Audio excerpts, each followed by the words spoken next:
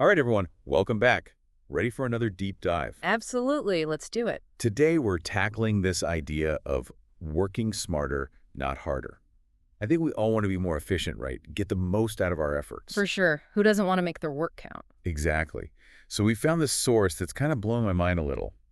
It suggests that the key to all this working smarter thing, well, it says it all boils down to wisdom. Wisdom, huh? That sounds almost too simple. Right. But stick with me. This source uses this really cool analogy. You know the story of David and Goliath? Yeah, the underdog who takes down the giant. Exactly. Well, the source makes this connection, saying that even someone smaller, someone perceived as weaker, can overcome a much larger opponent.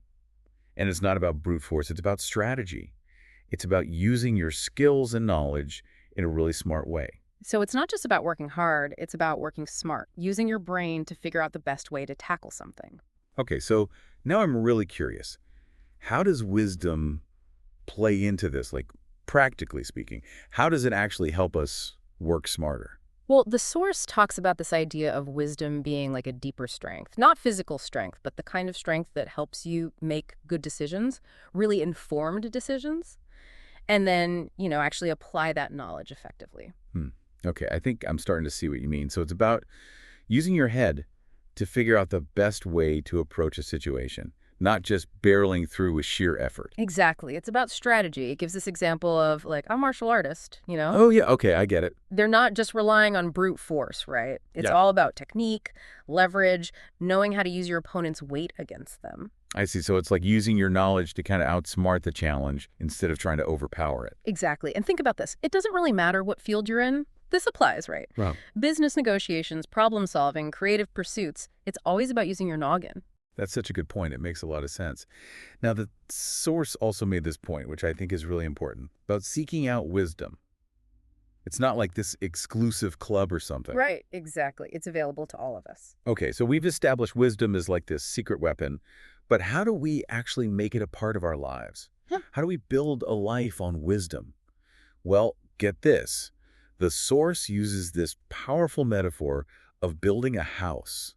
Oh, interesting. Tell me more about that. So it uses this passage from Proverbs where it talks about laying a foundation with wisdom, then building on it with knowledge, and eventually the house is filled with precious treasures, these riches. That's a beautiful image. So, like, wisdom is the bedrock, the essential foundation, and then everything else is built on top of that. Yeah, exactly. And then knowledge becomes like the building blocks, right? And as you keep learning and growing, you accumulate these riches, these valuable insights and experiences. And those riches, I'm guessing they're not just talking about money here. Right. It's more about that deep understanding, you know? Yeah.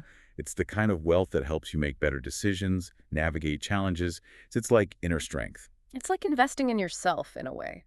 The more wisdom and knowledge you gain, the more equipped you are to handle whatever life throws at you. That's a great way to put it. And, the source goes on to say that a wise person is strong and that knowledge increases strength. So it's like this positive feedback loop. Totally. It's empowering. The more you learn, the stronger you become, and the better equipped you are to make those wise choices. And that leads to even more strength, more confidence. It makes me think about those times when I made a decision and I knew it was the right decision because I took the time to really think it through, to seek out information and advice, and I felt stronger because of it. That's the power of wisdom in action, right? It's not just about knowing stuff. It's about applying it in a way that benefits you, helps you move forward. Okay, so let's recap. We've talked about how wisdom is this key to working smarter, not harder.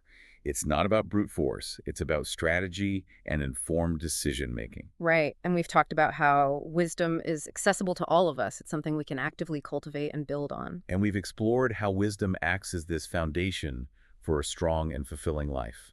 It's the bedrock on which we can build everything else. I love that analogy of the house.